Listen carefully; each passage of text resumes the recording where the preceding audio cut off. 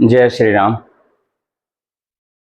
एक हमने अभी हम सीरीज जो सैटर्न पे मेरी एक सीरीज मैंने मतलब 7 तक मैंने एक प्लेनेट की हाउस वाइज एक सीरीज मैंने स्टार्ट किया है, जिसमें हम सैटर्न की स्टडी कर रहे हैं कि Saturn each and every house what will be the effect if Saturn is placed in first house, second house, third house, fourth house, है ना।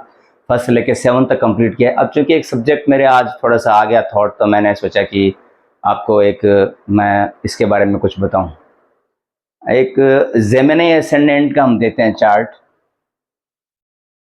सब्जेक्ट रहेगा कि जेमिनी एसेंडेंट में कौन सा प्लेनेट या कौन कौन से जो आपके प्लेनेट हैं जो मेलेफिक और बेनिफिक है, मतलब आपके लिए अच्छे अच्छे प्रभाव आएंगे और कुछ के लिए आपको थोड़ा बहुत ध्यान देना है या कुछ के लिए आपको थोड़ा बहुत प्रयास करना है। तो हम ये एक चार्ट के थ्रू देखते हैं।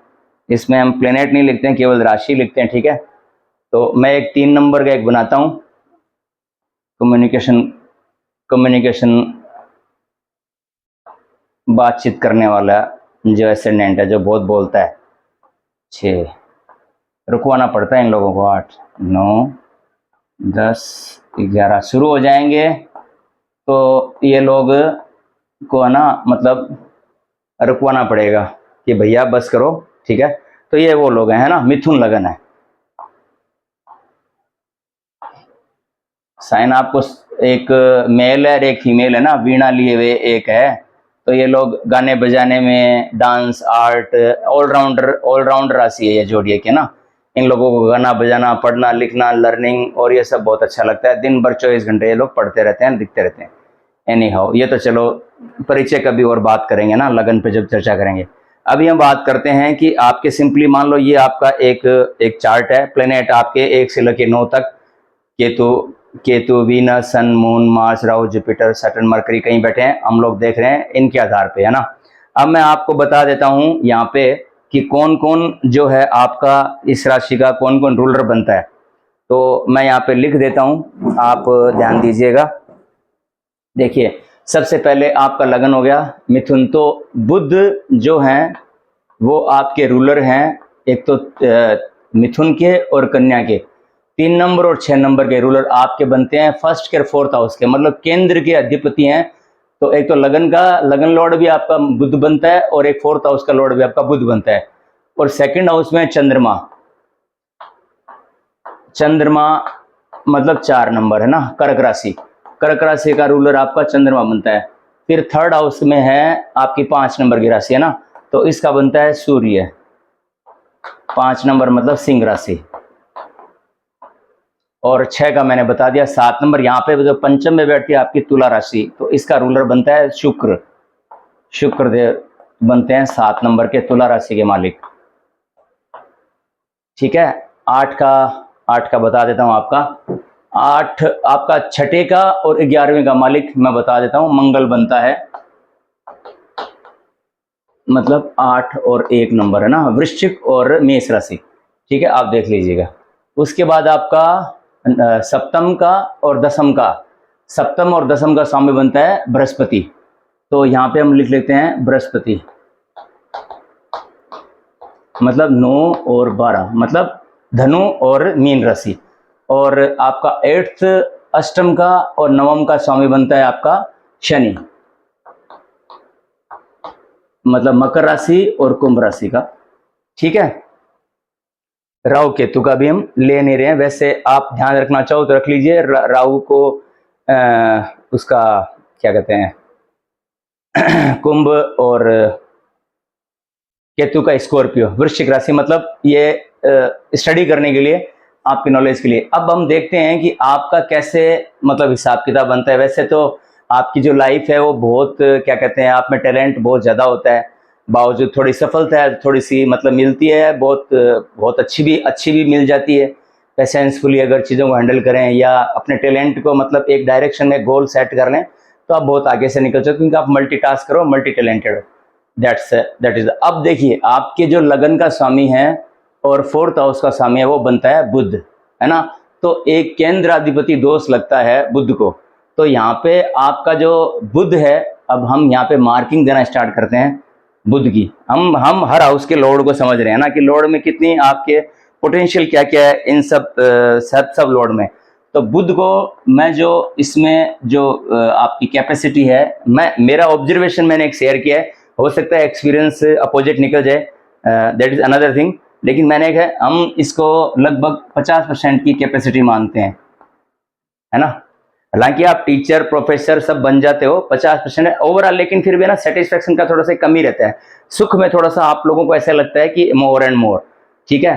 फिर ये जो दूसरा हाउस है, सेकंड हाउस है, जो कि जिससे हम वाणी का विचार करते हैं, है ना, स्पीच, वाणी, कुटुंब, धन, आपकी आईज, टीथ, है ना, और आपके संस्कार और एक सस्टेनेंस, है ना। तो फोर्थ हाउस का जो इसका दूसरा का बनता है चंद्रमा, जहां पे 4 नंबर के आपके सेकंड हाउस का रूलर बनता है। तो अब चूंकि ये सेकंड और सप्तम अगर आप ज्योतिष का हो तो मैं आपको बता दूं, दूसरा और सातवां हो ना, मारक मारक स्थान बोले गए हैं, मार्क मारक।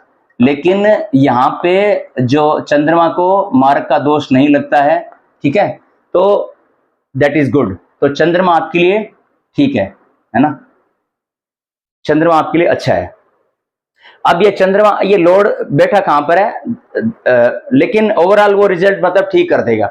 बुध चाहे मान लो कि आपका लगन में भी बैठा है, चाहे आपका यहाँ पे एग्जॉल्टेड है, मतलब कन्या राशि में बुध उच्च के होते हैं, तो यहाँ भी बैठे हैं, या चाहे छठे में, आठवें में, मतलब कहीं बैठे हैं, लेकिन वो मतलब रिजल्ट देने की जो कैपेसिटी है, वो मेरी ऑब्जर्वेशन यही रही है कि वो थोड़ी सी है। और चंद्रमा अगर आपका 6, 8, 12 या कहीं है, तो वो ओवरऑल वो गुड है, ठीक है ना, वो ठीक है। अब पंचम का स्वामी आपका सूर्य बनता है, सूर्य आपका अच्छा है। अच्छा, मैं इसीलिए बोल रहा हूं कि 3 और 6 और 11, है ना, ये जो हाउस हैं, इनके जो हाउस के जो स्वामी हैं, वो मतलब कि पराशर जी ने, ऋषि ने, पराशर स्क्रिप्चर हमारे बताते हैं, या जितने जो टेक्स्ट बताते हैं कि इनके जो जो क्या कहते हैं, जो इसमें जो प्लेनेट हैं वो अच्छे माने गए हैं, ठीक है। तो जो सूर्य है वो भी आपका गुड है। अब हमने 6 का देख लिया, 3 का देख लिया, 4 का देख लिया। अब देखिए यहाँ पे जो राशि आ रही है 7 नंबर की राशि है, इसके जो बनते हैं शुक्र बनते हैं यहाँ पर। तो शुक्र चूंकि पंचम के है, धर्म त्रिकोण का ये है, 3, 7, 11, ये आपका धर्म त्रिकोण बनता है। शुक्र आपके लिए बहुत फेवरेबल प्लेनेट है, रिजल्ट करने के लिए शुक्र आपके बहुत अच्छे फेवरेबल प्लेनेट है। और आप शुक्र का, आप अगर मान लो पूजा पाठ भी करते हैं शुक्र की, जो भी आप करते हैं शुक्र की अगर करते हैं, तो आपके लाइफ में थोड़ा सा बहुत अच्छा है। अब आपका जो अब आता है छठे का और 11वें का स्वामी बनता है आपका मंगल, है ना। ये एक नेगेटिव पॉइंट आता है यहाँ पे, क्योंकि छठा भाव डिजीज का है ना, डेप्ट का है, लोन का है, और आपके कर्जे का है। तो छोटी छोटी जो बीमारियां, जो डेली रूटीन वाली बीमारियां लगातार वाली है, वो हम छठे भाव से देखते हैं ना। डेप्ट हो गया, लोन हो गया, डिजीज हो गया, और स्टमक हो गया, आपका पेट अलग पंचम से, लेकिन छठे भाव का भी रोल पेट के लिए आता है। तो छठे, तो मंगल जो प्लेनेट है, और ये डिजायर का हाउस हो गया, तो ये आपको चैन नहीं लेने देता। तो मंगल को मैं थोड़ा सा आपके लिए इसमें मैं कम पॉइंट मानता हूं मंगल का, मतलब मंगल का मैं 25% से कम मानता हूं आपके चार्ट के हिसाब से। उसके बाद हम सप्तम पे आते हैं। सप्तम का और दसम का स्वामी बनता है आपका बृहस्पति, है ना। अब चूंकि सप्तम आपका होता है मारक, ये मारक हाउस है, दूसरा और 7वां, चंद्रमा को दोष नहीं लगता है। यहां पर थोड़ा सा आपके हिसाब से जो बृहस्पति का भी, जो मेरे हिसाब से जो आया है कि जितना बृहस्पति का जो और लग्नों में जो अगर हम रिजल्ट देखें बृहस्पति का, तो बृहस्पति पे कोई हम किसी तरह का कोई सवाल उठा नहीं सकते। बृहस्पति हैं जो कि जब कोई दुख मुसीबत आती है तो हमारे को जो बचाने वाले होते हैं। लेकिन कुछ चीज़ों मैंने ऑब्जर्व किया है कि जो बृहस्पति का जो पोजीशन है, वो मैं इसको कुछ बुक्स में तो मैंने पढ़ा है बहुत वीक, लेकिन मैं इतना वीक नहीं मानूंगा, मैं इसको 50% मानूंगा।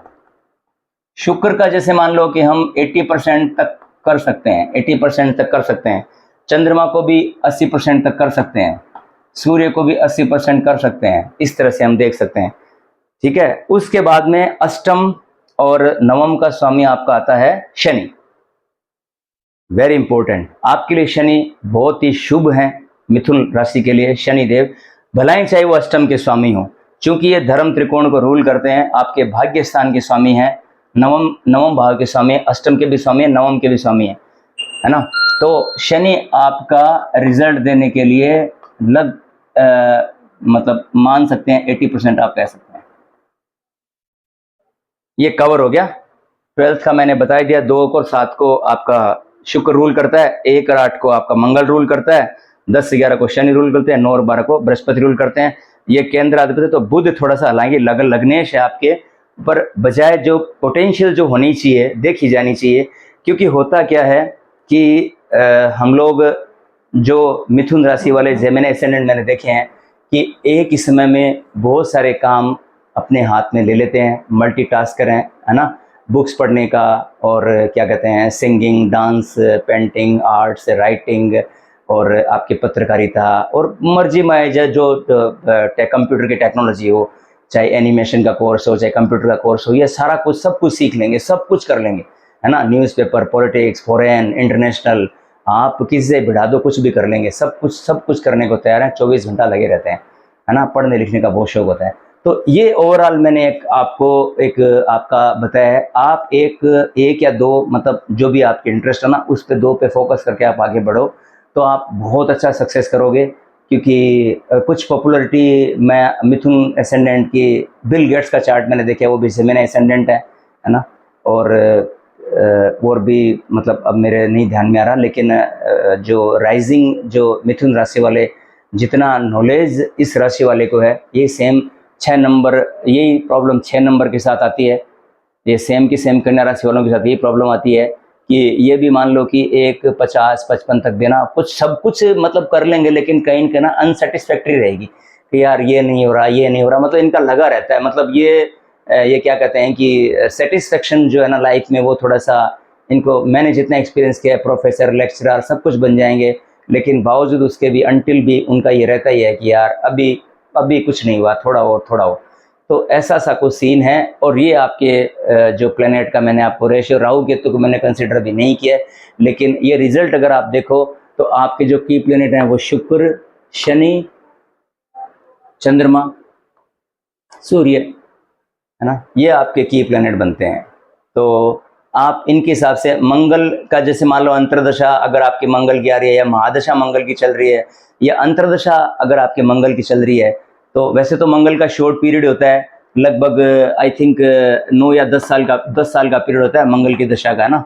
तो महादशा का होता है, तो ये जो पीरियड होता है ये थोड़ा सा चैलेंजिंग हो सकता है, क्योंकि इस टाइम पे आपके लोन, डेप्ट और डिजीज, छोटी मोटी बीमारियां, या थोड़ा सा इस तरह का प्रॉब्लम, या लिटिगेशन, या कोई कोर्ट कचहरी, या इस तरह के जो पंगे हैं, वो सब हो सकता है कि इसकी दशा, अंतर्दशा में आपको थोड़ा सा मतलब चैलेंजिंग टास्क में मंगल की दशा में आपको देखने को मिल सकता है। बाकी ओवरऑल मतलब ये मैंने एक जनरल एक प्रीव्यू दिया है, बाकी डिस्कशन करने के लिए बहुत कुछ है। हो सकता, hope you will like this video. Please don't forget to subscribe my channel, and thank you so much for watching. Thank you so much. जय श्री राम।